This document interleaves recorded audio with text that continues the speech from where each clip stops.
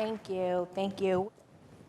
Money made easy. So, how would you like it if you were able to make your annual income your monthly income? That'd be a wonderful thing, right? One person would like that. Well, this actually came about because nothing about my life has been easy. I was born to two teenage parents back in the 70s. My mom was 15 years old, my dad was 18 years old. And I grew up in a household where I saw my mom struggle all her life. So first generation to go to college and graduate. I actually worked 3 jobs to put myself through school. My high school counselor told me that kids like you don't go to college. He said, why don't you go learn to do hair or something? And that has always been really a motivator for me, for someone to tell me that I can't do something. So the first time that I heard someone, I've been doing this, teaching people how to multiply their money for about 20 years now. And the first time I heard someone ask my husband and I this, how would you like it, or how would your life change if you made your annual income your monthly income? This is the first time I had ever heard anything that it was even possible. So of course that intrigued me. I had to then come up with a why.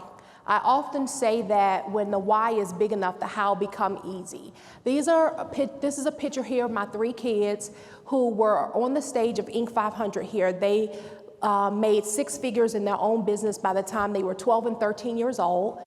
They would have a fit if they knew this picture was up here right now. They're now in college. They just sold their business and created another business, but they were my why.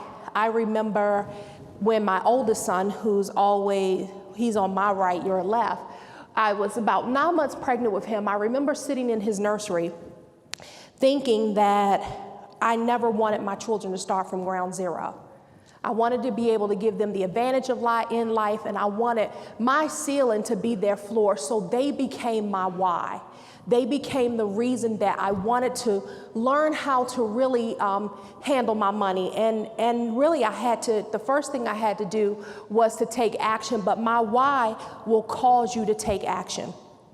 And I tell people all the time, I don't believe that people are lazy. I believe that they don't have enough compelling reason to get them to take action and to move, especially where their finances is concerned. I see some men here, but I work primarily with women. And women normally don't tend to talk about what they're confused about, what they don't understand. Sometimes the subject of money can be, a little bit intimidating for people, but they became my why. But there are 3 things that I learned in going through the process of coming out of a life of scarcity from the beginning to living a life where at the time that we had our mentor ask us the question about making our annual income, my monthly income, I was making about $150,000 a year on my job. So of course I would love to make my annual income, my monthly income. But the first thing that I had to do, there were 3 areas that I really had to concentrate on. And one of them was becoming abundance attractive, based on who I am at this particular point in my life. So having an attractive mindset, it was really, what are the things that I need to implement in my thought lifestyle that will cause opportunities to be attracted to me and not move away from me?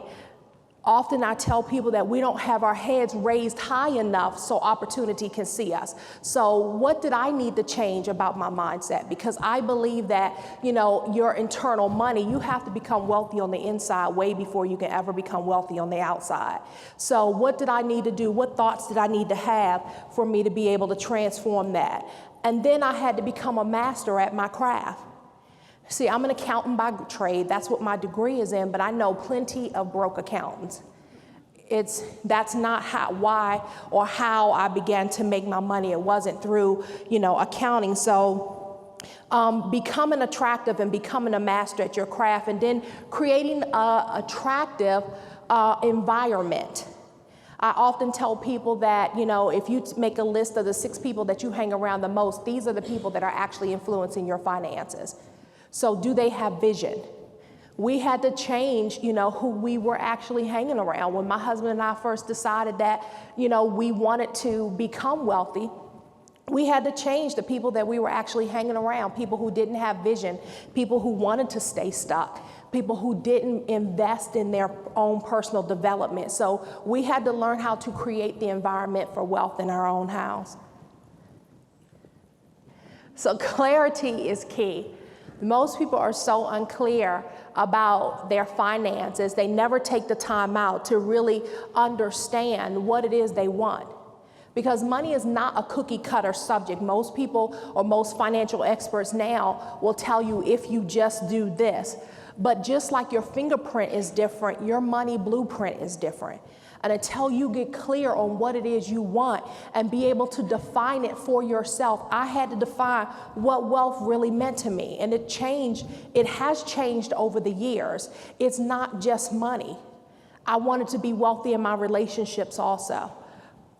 So not having a clear plan with your money is like you driving a car with a muddy windshield. So clarity is key. The second area really is influence, based on where you are. People with a big vision have big influence. So vision changes your current reality. I had to have a vision for my finances of where I wanted to go. I knew what I didn't want in life, but I had to have one that was very clear on where I exactly wanted to go. So taking off the limits and being able to see what was possible in business. I had to be able to see that I could make my annual salary, my monthly income. I had to be able to see that on the inside way before I see it on the outside. And a lot of times in business, how many business owners do we have in here? Okay, even as an employee, you have to see yourself being able to be at the top and not at the bottom.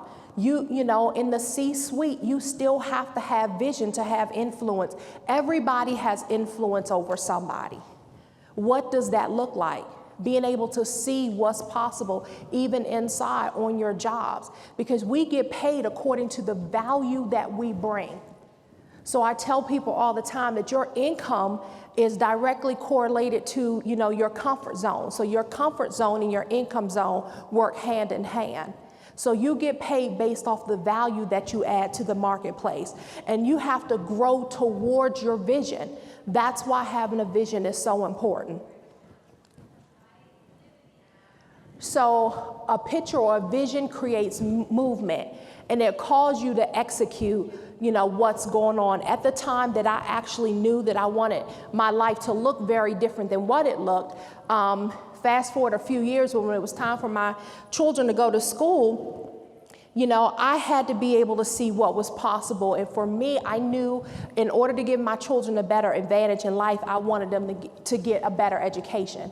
So I remember there were times when, my daycare provider, I had no idea how I was even going to pay her, who was $165 a week, let alone send my children to a school where the tuition was $38,000 per child, and I have 3 children.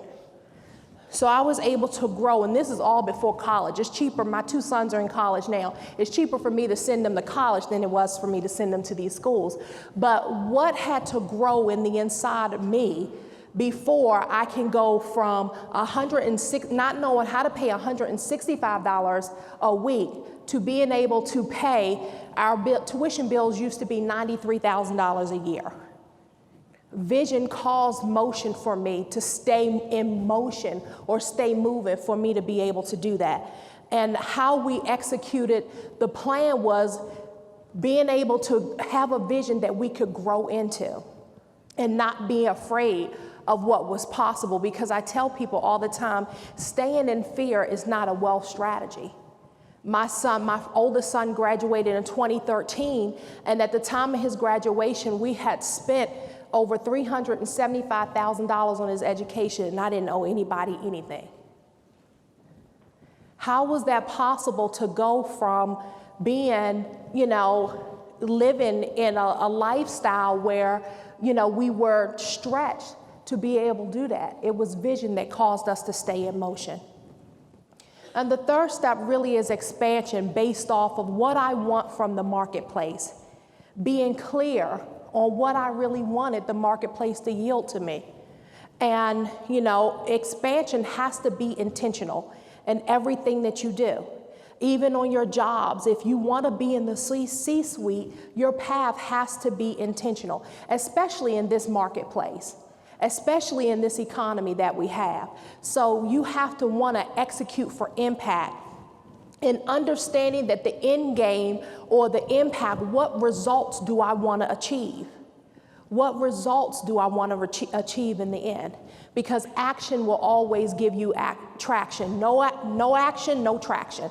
So I tell a lot of my clients sometimes, no movement, no money. So you have to operate in your expectations and not your experiences.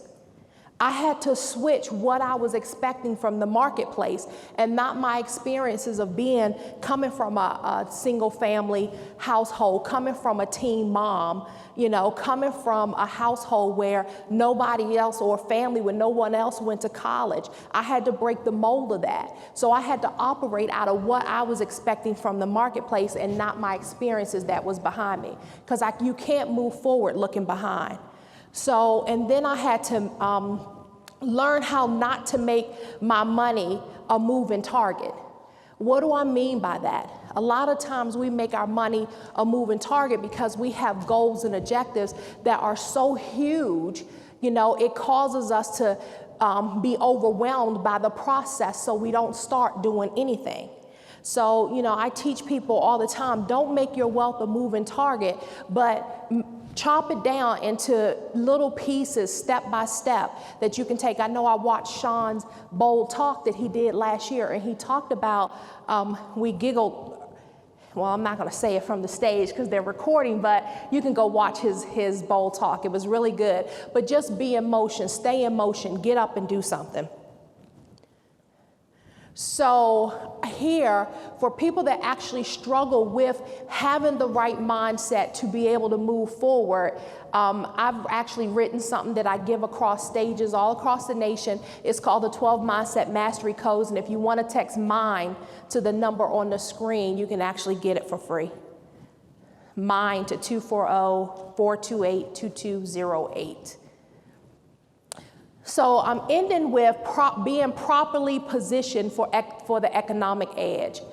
I am a football mom. My youngest son actually plays football for Penn State. I don't know whether I should shout yay or after last week's loss, go hide, but he plays football for Penn State University. And so ever since he was in the 5th grade, he always told me, Mom, you're never going to have to pay for my college. I'm going to play football. He's living his dream. It's been his vision forever.